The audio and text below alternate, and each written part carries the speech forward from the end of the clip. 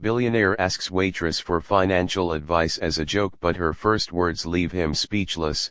In the heart of New York City stood Le Soleil, a quiet, cozy cafe hidden between glass skyscrapers and luxury boutiques. It wasn't famous, but locals loved it for its warmth, the soft music, and the way the staff treated every customer like family.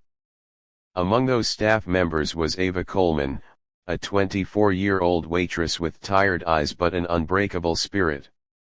She worked double shifts, juggled online business classes at night, and still found time to help her little brother with his homework.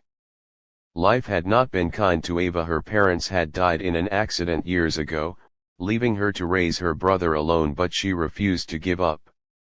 Little did she know, her world was about to collide with someone who lived a life opposite to hers, the billionaire with too much money and too little happiness.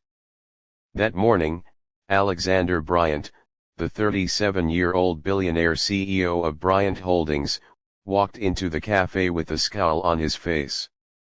Wall Street called him the Golden Wolf. The media called him the man who never loses. But behind the sharp suits and cold eyes was a man exhausted by fake friends, gold diggers, and a world obsessed with his money.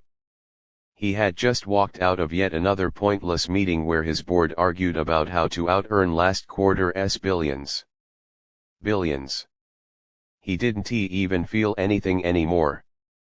So when he entered the cafe and saw the smiling waitress who looked unaffected by his presence, he felt oddly curious. Ava walked up with her notepad. "Good morning, what can I get for you?" she asked kindly. Alexander smirked and leaned back. "Tell me," he said. "If you were me, a billionaire, what financial advice would you give yourself?" He expected her to blush, stutter, or at least be impressed. But Ava didn't even blink. She looked straight into his eyes and said, "I'd advise you to learn the difference between being rich and being wealthy." Alexander froze. No one spoke to him like that. "Explain," he challenged, amused. Ava shrugged. "Being rich is about money. Being wealthy is about meaning. Most rich people have no wealth at all." Her words hit him like a punch. Something inside him cracked, something he didn't even know was there. A waitress who thinks like a CEO. Instead of brushing her off, Alexander leaned forward with genuine interest. "All right," he said. "What else would you advise?" She thought for a moment. "You should invest in people, not profits. Money grows fast, but loneliness grows even faster." Those words felt like a mirror shoved in his face. "How do you know so much about finance?" he asked. Ava hesitated. "My dream is to start my own investment planning business," she admitted. "To help people who grew up with nothing. People like me." "Why didn't you pursue it?" he asked quietly. She laughed under her breath. "My tuition bill is bigger than my bank account." The next day, Alexander returned. And the next day, and the next. He talked to her for hours about business, money psychology, leadership, strategy, topics most people could never even keep up with. But Ava did. She was brilliant. Raw, sharp, and practical. He started bringing a notebook just to write down her thoughts. She wasn't just impressive, she was better than half the advisors he paid millions to. One evening, as the cafe was closing, he noticed Ava sitting alone, tears in her eyes. "Ava, what's wrong?" She tried to hide her face. I just got a notice. If I don't pay $8,400 by the end of the month, my brother and I will lose our home." Alexander felt something he hadn't felt in years: anger, protectiveness, and guilt, that he lived in luxury while she fought battles alone. "Ava," he said softly, "let me help you." She shook her head fiercely. No, I don't take charity. I want to earn my way. Alexander stared at her. That was what made her different. The offer that changed her life. The next morning, a black car pulled up outside the cafe. Ava was wiping tables when the manager walked up, pale and panicking.